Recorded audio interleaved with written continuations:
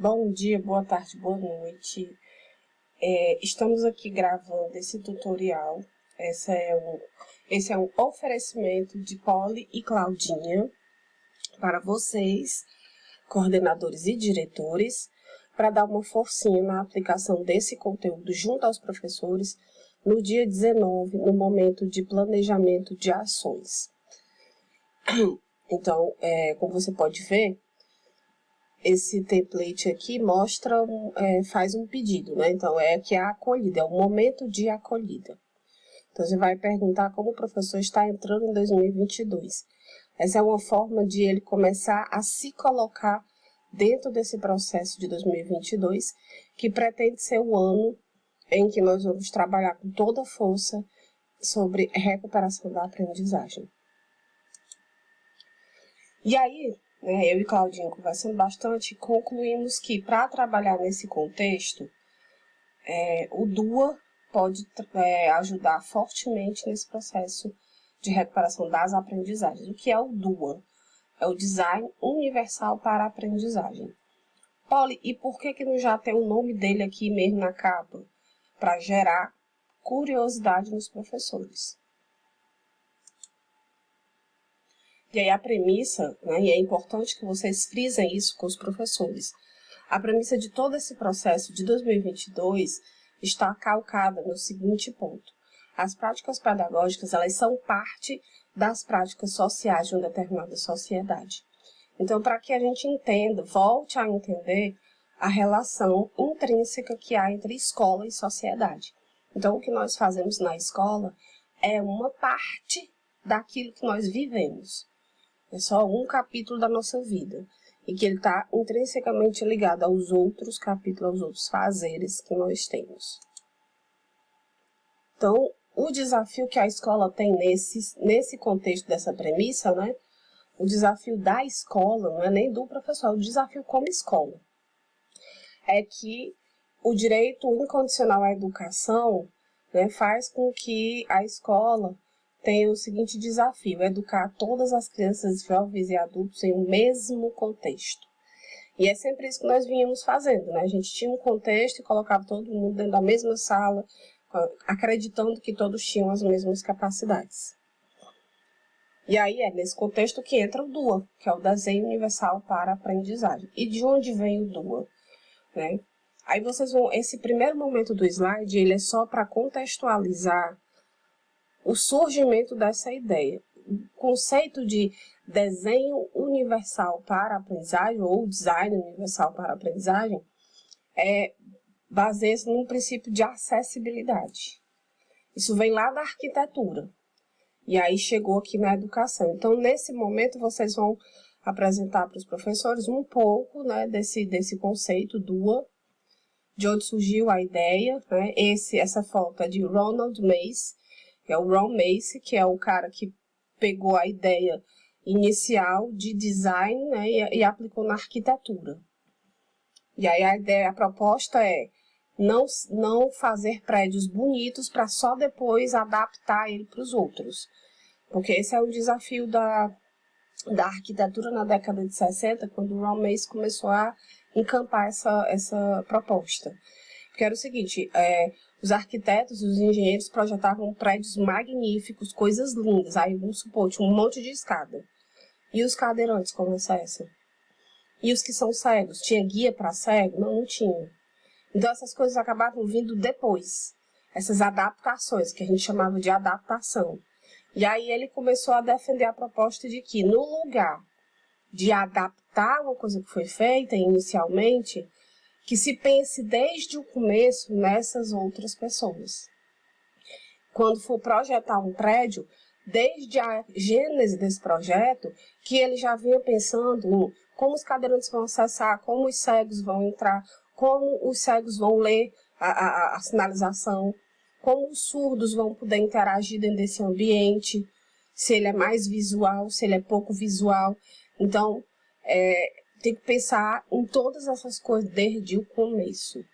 Na educação, aí vem aqui propostas, que são próprias da arquitetura, e da engenharia, que a gente vai depois lendo e percebendo que tem tudo a ver com a educação. E aí, entre fins da década de 90 e início dos anos 2000, vem o link com a educação. Então, é interessante, diretores e coordenadores, que vocês percebam, que vocês consigam, a partir dessa ideia central de o que é o design universal, que ele vem lá da arquitetura, é interessante que vocês reforcem os professores que a gente da educação bebeu nessa fonte e trouxe para cá com a proposta de adaptar planos e métodos de aula a todos os estudantes. Então, se lá na arquitetura defende-se a ideia de pensar um prédio desde o começo acessível a todos, então aqui na educação é a gente pensar um plano de aula, a definição de uma atividade desde o começo, pensando em atingir a todos, em permitir acessibilidade para todos. E aí vocês trabalham essa relação. É nessa perspectiva que a gente vai, até o final do ano, falar sobre desenho universal para a aprendizagem. E aí, seguindo a lógica do desenho universal, e na relação com a neurociência, né, pesquisou-se muito e descobriu perfis diferenciados de estudantes. Então, é interessante conhecer esses perfis, por quê? Porque eles podem ajudar na elaboração de planos de aula e de tarefas. Como eu não tenho que ser acessível a todos, então eu já vou pensando, na minha sala tem mais o quê? Estudantes auditivos, visuais, sinestésicos, com dificuldade de aprendizagem ou dificuldade de reter a atenção. Então, a gente vai pensando, né? Estudantes culturalmente diferentes, já vai tentando, desde a elaboração do plano de aula, pensar em estratégias, metodologias que dê possibilidade dessa gama variada de estudantes que eu tenho em sala, aproveitar o máximo possível, é ser acessível para todos. E aí chegou a hora do estudo, que é o artigo que também está encaminhado junto com esse material, com esse tutorial que a gente está mandando. O artigo foi escrito por mim e pela Claudinha, e ele versa sobre o design universal para a aprendizagem, recuperação de aprendizagem, né? Então, é uma forma de estudar. Então, nesse primeiro momento, você trouxe um pouco do que é o design, da relação dele com a educação, os perfis de estudante existente. Aí joga esse professor para o estudo, joga entre aspas, né? E encaminha o professor para estudo. E aí, depois do estudo, ele vai responder a essas perguntas. Tem 2 perguntas aqui. Então, aqui temos os procedimentos. A gente achou que, por bem, para ajudar vocês nesse momento, a gente vai descrever os procedimentos de estudo, reunir-se em grupo, ler o artigo e refletir sobre esses 2 questionamentos que estão aqui na tela. E aí, interessante que esses grupos, eles sejam mistos. Façam com que os professores se reúnam com todos.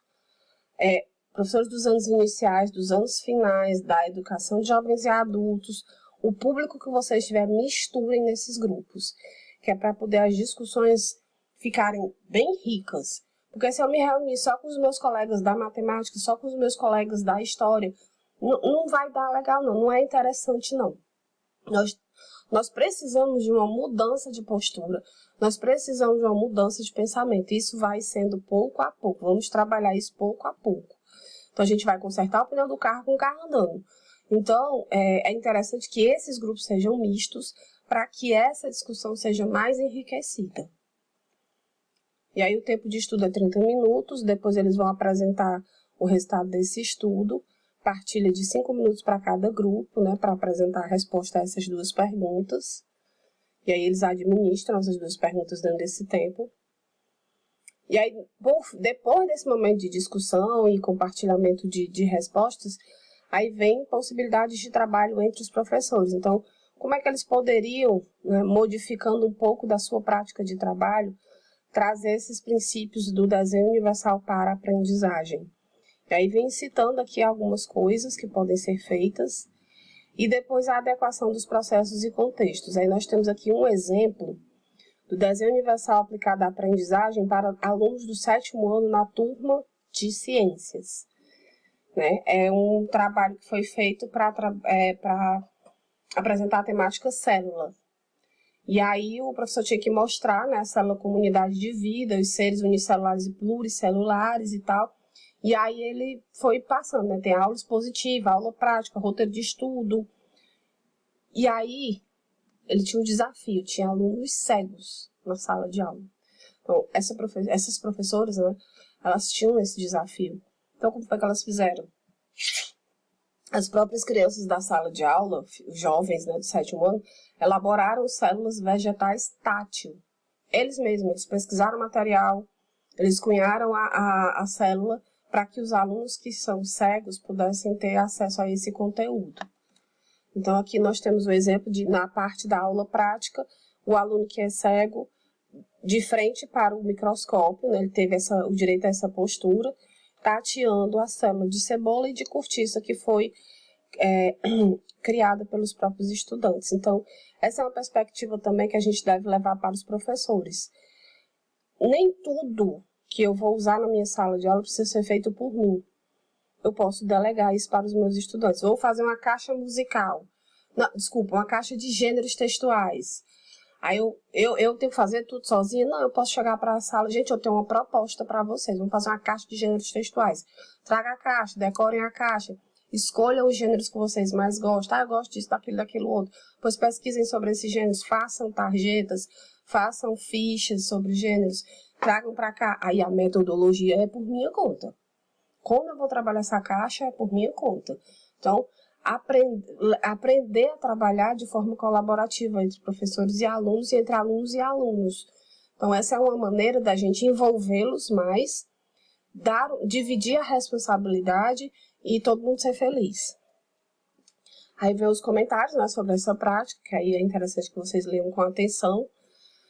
E o momento da oficina de coordenação de ações, que é o momento ápice dessa tarde, né? Que é quando os professores vão se envolver em elaborar ações que possam ser feitas para promover essa recuperação de aprendizagem. Com base nesse princípio do design universal para a aprendizagem, a gente entende que todo e qualquer momento, todo e qualquer lugar é lugar de recuperar a aprendizagem.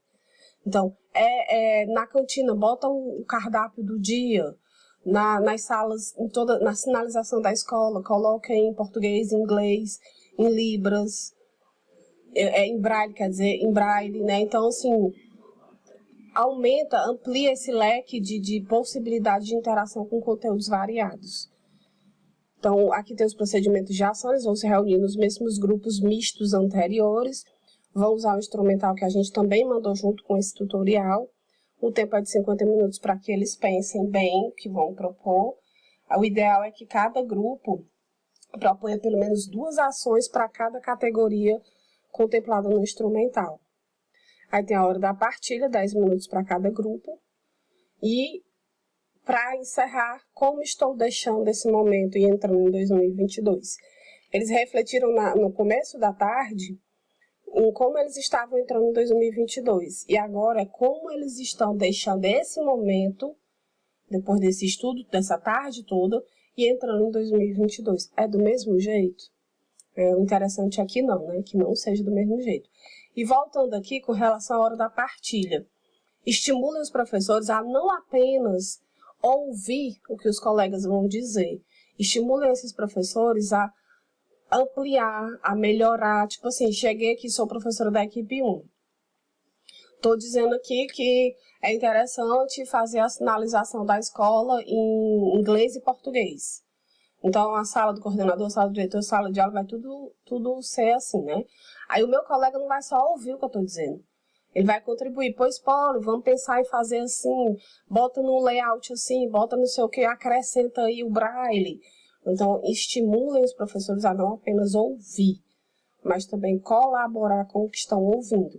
E aí, depois, vocês abrem um momento dos professores remodelarem, acrescentarem, ampliarem aquilo que já estava, né, que os colegas compartilharam, que os colegas contribuíram, e depois fechem esse documento e entreguem para vocês da gestão, e vocês da gestão nos encaminham, né, e, aliás, encaminham para a secretaria, ok? Finalizem após essa escuta lendo a mensagem de incentivo, e muito obrigada a vocês pela atenção a esse tutorial. Cheiro, bom trabalho!